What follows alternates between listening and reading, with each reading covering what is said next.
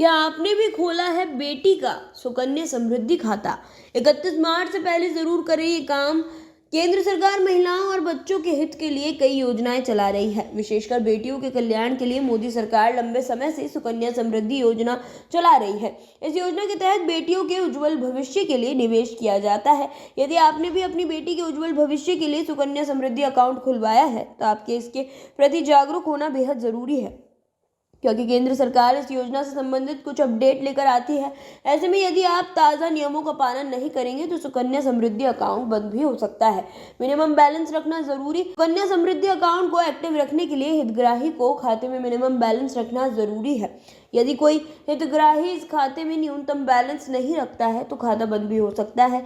दोबारा अकाउंट को एक्टिव करने के लिए पेनल्टी देना होगा। खाता धारकों को 31 मार्च 2024 तक मिनिमम बैलेंस को मेंटेन करना होता है। कितनी जमा करनी होगी राशि? आपको बता दें, सुकन्या समृद्धि अकाउंट में मिनिमम बैलेंस 250 रुपये है। हितग्राही को एक वित्त वर्ष में कम से कम 250 रुपये जमा करना होता है। यदि पूरे साल में 250 रुपये नहीं जमा करते हैं तो उनका अकाउंट बंद हो सकता है। इस स्थिति में फिर खाते को एक्टिव करने के लिए 50 रुपये सालाना के हिसाब से जुर्माना देना पड़ सकता है। जाने क्या है सुकन्या समृद्धि योजना?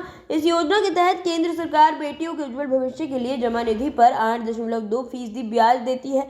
एक वित्त वर्ष में कम से कम 250 रुपये और अधिकतम 1.50 लाख रुपए का निवेश करना होता है। इस योजना के तहत जब बेटी की उम्र 18 साल हो जाती है तो 50% राशि विड्रॉ कर सकते हैं। इस योजना की खास बात यह है कि आयकर अधिनियम के 80C के तहत 1.50 लाख रुपए का सालाना निवेश का टैक्स डिडक्शन का लाभ उठा सकते हैं। इस योजना में मिलने वाले रिटर्न पर कोई टैक्स नहीं लगता है। रिपोर्ट ललित चौधरी।